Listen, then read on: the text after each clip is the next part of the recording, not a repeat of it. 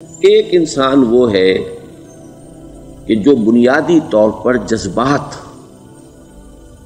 جذبات سے فیصلہ کرتا ہے. آپ اس کے جذبات کو اپیل کر لیجئے، وہ آپ کی بات مان لے گا.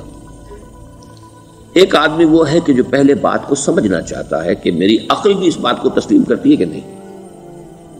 بس یہ ڈسٹنکشن ہے. جو شخص چاہتا ہے کہ پہلے سمجھوں پھر مانوں، وہ انٹلیکچوئل ہے، چاہے ان پڑھ ہو. An absolutely illiterate person can be an intellectual and a PhD can be a جذباتی آدمی. PhD ہونے سے کیا ہوتا ہے؟ ایموشنل ہو سکتا ہوں. PhD تو اس نے کی ہے کیمسٹری میں کی ہے، کسی اور میں کی ہے، بہت دیر تک بیٹھا رہا ہے بیچارہ، اور وہ بہت سے اسٹیٹسٹکس جمع کی ہیں، ڈیٹا فراہم کیا، اس کے اوپر کوئی ایک پیپر لکھ دیا، PhD ہو گئی. ضروری نہیں کہ PhDs کے اندر کامن سینس بھی ہو. کامن سینس بہت بڑی ریئر سینس ہوتی ہے. It's called common sense but rarely found. اسی طریقے سمجھ لیجئے الٹریٹ شخص بھی ہے، لیکن یہ کہ اگر اس کا مزاج ایسا ہے، اس کی ایک شخصیت ہے کہ وہ پہلے بات کہتا ہے، بات پہلے مجھے سمجھاؤ. وہ انٹلیکٹ سے یو کین اپروچ ہم تھرو ہز انٹلیکٹ.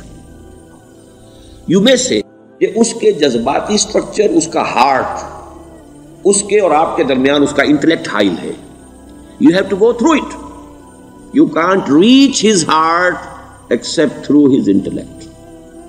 ایک آدمی وہ ہوتا ہے جس کا یہاں کچھ ہے نہیں، کوئی نظریہ نہیں، کوئی خیال نہیں، نہ وہ عقل سے کوئی زیادہ سوچتا ہے، نہ کوئی. آپ نے اس کے اچھی بات کہی، اس کے دل میں اتر گئی. از دل خیزت بر دل ریزت. خلوص کے ساتھ آپ نے ایک بات کہی، بات اچھی تھی، اس کی فطرت نیک تھی، اس نیک فطرت اس بات جا کے اپیل کر گئی. And he starts going with you. میں نے تبلیغی جماعت کا اور ان تحریکوں کا جہاں تقابل کیا ہے کہ تبلیغی جماعت کی جو اپیل ہے ایموشنل ہے، انٹلیکچوئل نہیں ہے. وہ ایموشنلی اپروچ کرتے ہیں، اور جو ایموشنل پیپل ہیں وہ فوراً ریسپونڈ کرتے ہیں، پھر انہیں وہاں سے وہ اچک لیتے ہیں. نکلو اب اس ماحول سے، 3 دن کے لیے آؤ، 40 دن کے لیے آؤ، 4 مہینے کے لیے آؤ، جو بھی آؤ، 3 چلے لگاؤ، تاکہ ایک نئے ماحول میں لا کر ان کی جو ہے وہ ایک خاص قسم کی وہ ذہنی اور ان کی ایک مزاج کی ساخت بنا دی جائے. تو یہ کا طریقہ بہت صحیح ہے. It's very perfect. ان کی میتھڈالوجی میں کوئی لوپ ہول نہیں ہے، یہ میں آپ کو بتا دیتا ہوں. اس لیے کہ آج اس کے شخص کے دل میں ایک اچھا جذبہ ابھرا ہے، اور وہ کل ہو سکتا ہے نہ رہے.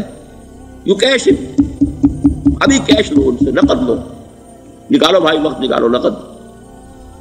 اور ان کا بڑا پیارا جملہ ہے، گھر گئے تو گر گئے. بڑا پیارا جملہ، گھر گئے تو گر گئے. یعنی یہی وعدہ تو کر لو نا کہ بھائی ارادے تو کر لو. بڑا پیارا انداز ہے یہ. بھائی ارادے تو کر لو. وہ ارادہ کر لیا تو آپ ایک وعدے کی وجہ سے بند گئے.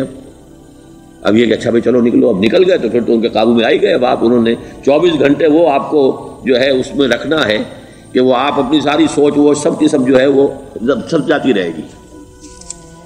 تو یہ اپنی جگہ پر it's a very perfect methodology, لیکن اس کی اپیل لمیٹڈ ہے to emotional people, not to intellectuals. ہاں ان میں ہے پروفیسرز ہیں، یہ ہیں ڈاکٹرز ہیں، لیکن وہ ضروری نہیں کہ انٹلیکچوئل پروفیشنل ہے. ان کا ایک اپنا ایک سمجھ ہے، اس میں کام کرتے ہیں.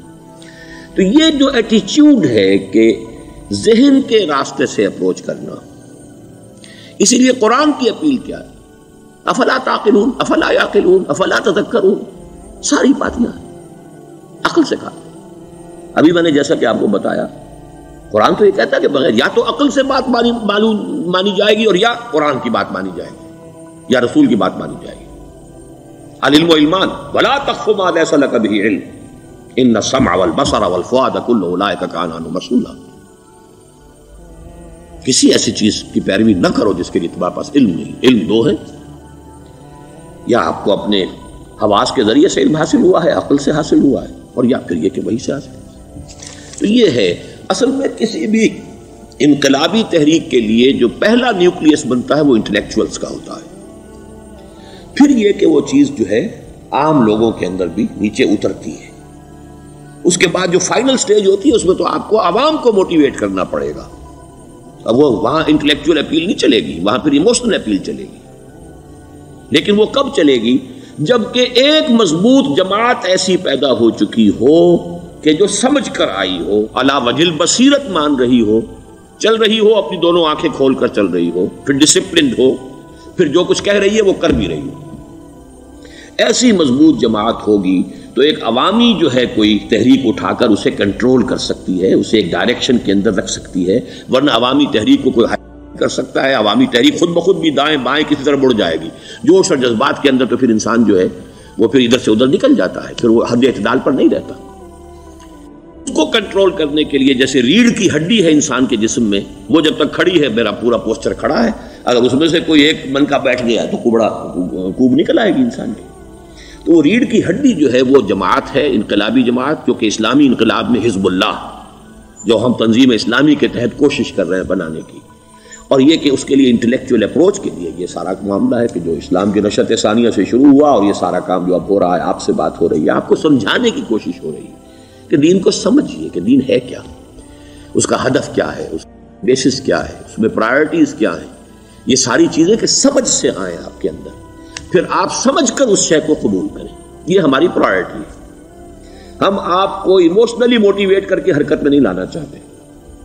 وہ سٹیج آئے گی، جب آئے گی، اگر وہ مضبوط جماعت پہلے تیار ہو جائے تو پھر وہ سٹیج آئے گی، پھر عوام کو موٹیویٹ کریں گے. اور اس وقت میں سمجھتا ہوں کہ اگر کوئی ایسی شکل ہمارے ذریعے سے اللہ نے پیدا کر دی تو مجھے یقین ہے کہ تبلیغی جماعت کے لوگوں کی بہت بڑی تعداد جو ہے کھنچ کر آ جائے گی، جیسے ویکیوم میں کوئی چیز کھنچ جاتی ہے. لیکن جبکہ انہیں معلوم ہو جائے کہ ہاں دین واقعتاً یہ کوئی اقتدار کی جنگ نہیں ہے، یہ کوئی اور مسئلہ نہیں ہے، کوئی اس میں شک و شبے سے بالا تر بات نہیں ہے، خالص دین کا مسئلہ ہے، اور اس کے اوپر کوئی تحریک شروع ہوئی تو پھر وہ نکل آئیں گے لوگ. حضور کے زمانے میں بھی سمجھ لیجئے، جیسا کہ میں نے کہا الٹریٹ ہونا اور بات ہے، لیکن یہ کہ انٹلیکچوئل جو ہے وہ اسٹرکچر آف پرسنالٹی ہوتا ہے، انٹلیکچوئل یا ایموشنل. یہاں پر ایک جملہ ذرا نوٹ کر لیجئے اگر آپ کے علم میں نہ ہو. جبران، خلیل جبران جو ہے یہ ایک عیسائی مصنف تھا، عرب لبنان کا، لیکن بہت بڑا ادیب تھا. تو اس کا ایک جملہ ہے، عقل سے روشنی حاصل کرو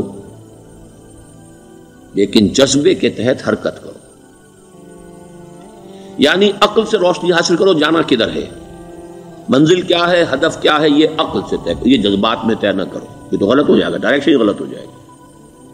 لیکن جب طے کر لیا، عقل سے پہچان لیا، دس از دی آئیڈیل، دس از دی گول، یہ میرا مقصود ہے، اب عقل کو ذرا ایک طرف رکھ دو. اگر عقل کو رکھے رکھا یہ چلنے ہی نہیں دے گی، یہ کہے گی کہ ذرا سوچو تو صحیح، بیوی بچے ہیں، یہ ہے، گھر بار ہے، یہ عقل تو پھر یہ سکھائے گی. عقل کے معنی باندھنے کے ہیں، یہ معلوم ہے آپ کو، عقل کے معنی باندھنا. اقال جو یہ عرب لوگ اپنے سر کے اوپر یہ لگتے ہیں، اقال یہ کیا تھا اصل میں؟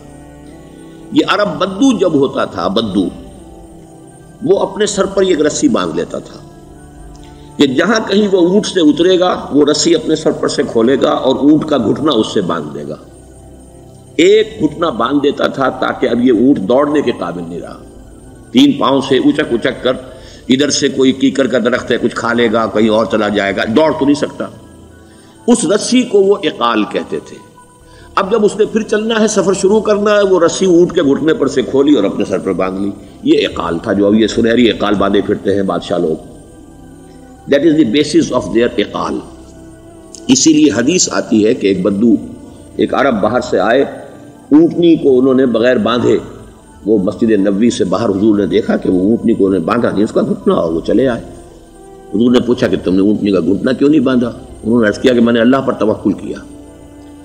تو حضور نے فرمایا یہ غلط ہے، اعقلھا ثم توکل، پہلے اس کو باندھ دو پھر توکل کرو.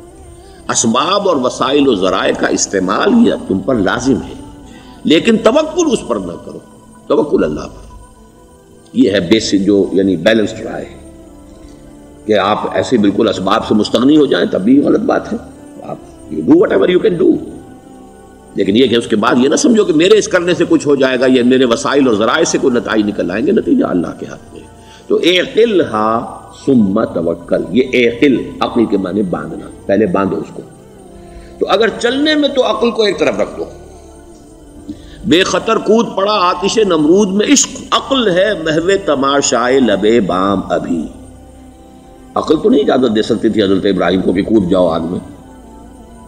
عقل تو یہی کہتی نا کہ بابا جان خامخواہ دینی ہے، اگر تم اپنے آپ کو بچا لو گے، اس وقت کوئی ہیلا کر لو، کوئی تھوڑا سا نمرود کی خوشامد کر لو، چھوڑ دے تو پھر اس کے بعد توحید کی دعوت دینا.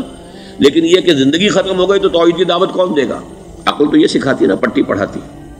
لیکن بے خطر کود پڑا آتش نمرود میں عشق. عقل ہے محو تماشائے لبے بام ابھی. عقل تو وہیں بیٹھی دیکھ رہی ہے کہ یہ کیا کیا اس نے، یہ جمپڈ، یہ شوڈ ناٹ ہیو جمپڈ.